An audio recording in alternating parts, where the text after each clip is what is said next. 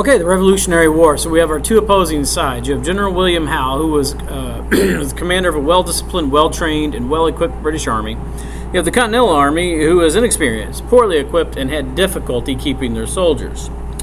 The Continental Army lacked the power to tax, so it had a difficult time paying for the war as well. You have a wealthy Pennsylvania merchant, Robert Morris, who pledged large sums of money to the war effort during this time. Okay, so the British forces had to fight both the Continental Army and the local militias. These militias were often used guerrilla warfare, where they hid among the trees and behind walls and then ambushed British troops. The British needed to win the war quickly, or opinion in Parliament might shift to oppose the war. So the United States, they did not have to defeat Britain, but only survive until the British became tired of paying for the war. All right, in order to win, the British had to convince Americans that the war was a hopeless cause and to make it safe for them to surrender. Okay, General Howe's strategy had two parts: to build up a massive military to intimidate the Americans and to invite delegates from the Continental Congress to a peace conference. The Americans realized that Howe was only interested in negotiating a surrender, so they quit the talks. George Washington's troops showed their inexperience by fleeing when British troops captured New York City in 1776. American troops escaped from Manhattan Island to White Plains, New York, from that kind of attack. George Washington planned unexpected winter attacks against the British troops at Trenton and Princeton, New Jersey at this time, the famous crossing of the Delaware. Okay, Washington and his troops won these attacks and then headed into the hills of northern New Jersey for the remainder of the winter. In 1777, British General John Burgoyne developed a plan to isolate New England from the other American states. The British, however, did not coordinate their efforts very well. In 1777, General Howe's troops defeated Washington at the Battle of Brandywine Creek and captured Philadelphia. However, the Continental Congress, which he had hoped to capture, had escaped. They just packed up and moved because they knew they were coming. Howe had failed to destroy the Continental Army as well in 1777.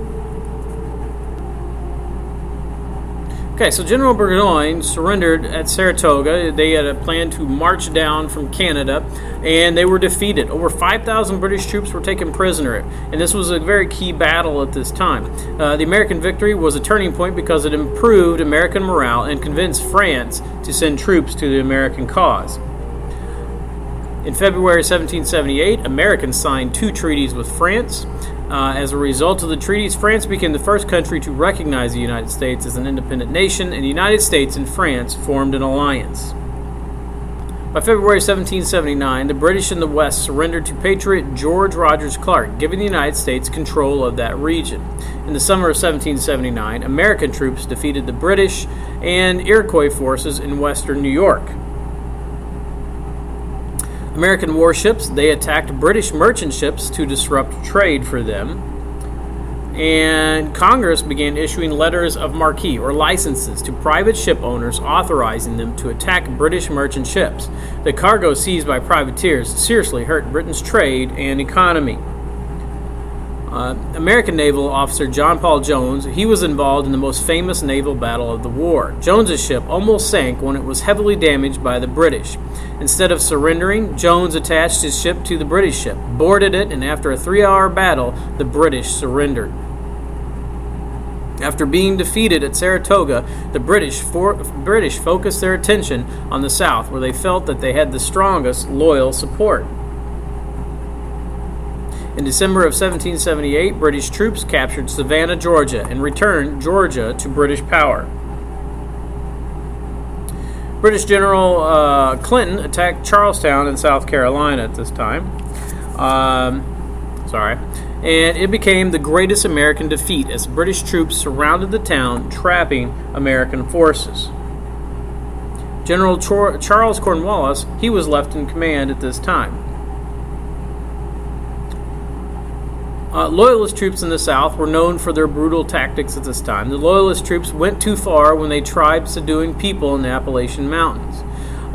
So Americans in this region, they formed a militia force. The militia intercepted the Loyalist forces at the Battle of Kings Mountain. and the militia destroyed this loyalist army. This battle was a turning point in the South. Southern farmers began organizing their own militia forces in response. Then, American Commander General Nathanael Greene organized the militia in the South into small units to carry out hit-and-run raids against British camps and supply wagons. The Swamp Fox, Francis Marion, led the most famous of these units. Okay, so the war is won. In the spring of 1781, the British invaded Virginia, hoping to keep control of the South. British General Cornwallis and his forces linked up with British Commander Benedict Arnold, formerly an American commander, and his forces to conquer Virginia. George Washington quickly dispatched the Marquis de Lafayette and General Anthony Wayne to defend Virginia. British General Clinton ordered Cornwallis to secure a naval base on the coast, and Cornwallis headed to the coastal town of Yorktown. On September 28, 1781, American and French troops surrounded Yorktown. On October 14th, Alexander Hamilton led an attack to capture key British defenses there. And on October 19th, British troops officially surrendered. After learning of the surrender, Parliament voted to end the war. The Treaty of Paris was signed on September 3rd, 1783, and in the treaty, the British recognized the United States as a new nation with the Mississippi River as its western border. Britain kept Canada but gave Florida back to Spain in a separate treaty as well. The French, they received back their former colonies in Africa and the Caribbean.